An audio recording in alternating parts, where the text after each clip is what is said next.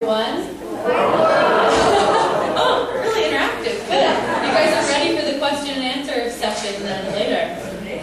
Welcome to our second annual Jack Howell Founders Award event.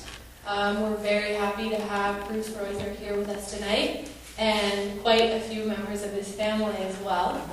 I'd like to introduce our panel who are going to discuss some of their memories of Cloverdale and their families' origins in the Cloverdale area.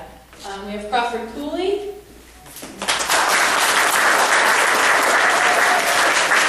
Howell,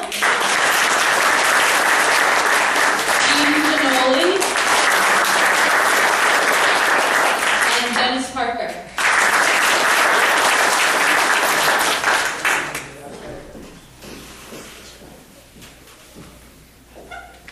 Are we supposed to begin? Go ahead. I'm appointed first for several reasons. One, I think I'm the oldest person in the whole room. And secondly, because my family came to California earlier than any of these people's families. Not by much, but so I'm going to talk a little bit about Cloverdale and these two families, Elliott's and Sinks. Not Sinks, they're related. Cooley's and Elliott's. The Elliott's arrived in 1845, almost the first overland crowd to bring wagons over Donner Summit, which was a considerable feat, needless to say. They made it okay. They had been told by General Fremont when they left Independence, Missouri, that the Mexican government was in favor of the Americans coming. By the time they got here, the government had changed, and they were told to go home. So they then participated in 1846, in the middle of June of 1846, in the Bear Flag Revolt.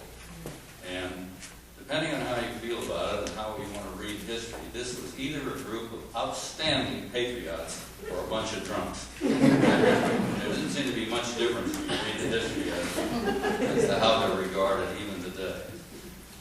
But the Elliott's then went to the upper end of the Napa Valley toward Calistoga, settled there for a while.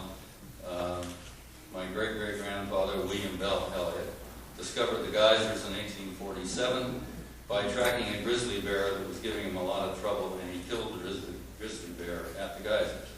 PG&E does not like to talk about dead grizzly bears, so in their film where they talk about the history, he missed. He did not miss. So, fast forward a bit, Mrs. Elliott, this would be my great-grandmother, I guess. Mrs. Elliott came to Cloverdale as Mrs. Heel. She was married first to Elliott and then married Jacob Heel, who was one of the three Heels who founded Healdsburg. And they ended up in Oak Valley, sort of the south side of Oak Valley. And in the middle of, that's probably enough Elliott's for now. There are a lot of Elliott's out there, but that's not. Then the Cooley family arrived in the middle of 1850. They left Cooleyville, Ohio, which has now been shortened to Coolville. And they came by ship, went to New York, got on a boat, came to Cuba, got on a different boat, came to the Isthmus of Panama. Charles Henry Cooley, his wife Esther, and their daughter who had been born in Ohio, Mariette. That's where the Sinks come in. Mariette was carried across the back of the Isthmus of Panama on the back of an Indian, a story she could told my father. My father was born in Oak Valley in 1882. She became Mrs. Sink. And it's kind of a funny little valley out there. Almost everybody is or was related. There were Elliott's. Pop McCrae, his wife was my grandmother's sister. Sinks, Cooley's. I think that's about took care of the whole valley, and still pretty much does. Sink family has the largest holding out there, and we have about 170 acres, about half of which is grapes, which are still. This is not a good year for grapes, I might add, but we have some. So that's pretty much the story. My great-grandfather Cooley had gone to Kenyon College in Ohio and had some interest in politics. So in 1876 he was elected to the state assembly from Sonoma County, and when he finished his first term, he was asked whether or not he'd stand for election. His constituents wanted him to, and he said no, he was not going to go back there again. Those people stole everything except the cuspidor, in fact, including the cuspidor. So he did not continue there. He died in 1899. Before that time, he left the Oak Valley Farm, and my grandfather, John Buckingham Cooley, took it over somewhere in that period, ran it until his death.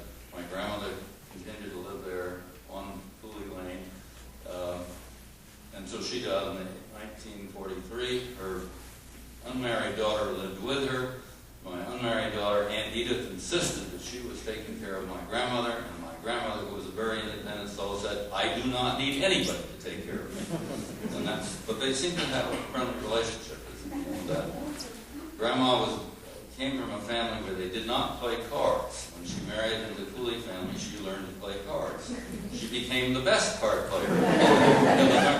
She had graduated from the Venetia Academy, which later became Mills College. I think I could go on forever. I'm not going to talk at all about the Cooley Ranch, which many of you may have heard about or know about. That lies west of us here. That's a property that my father began buying in 1910.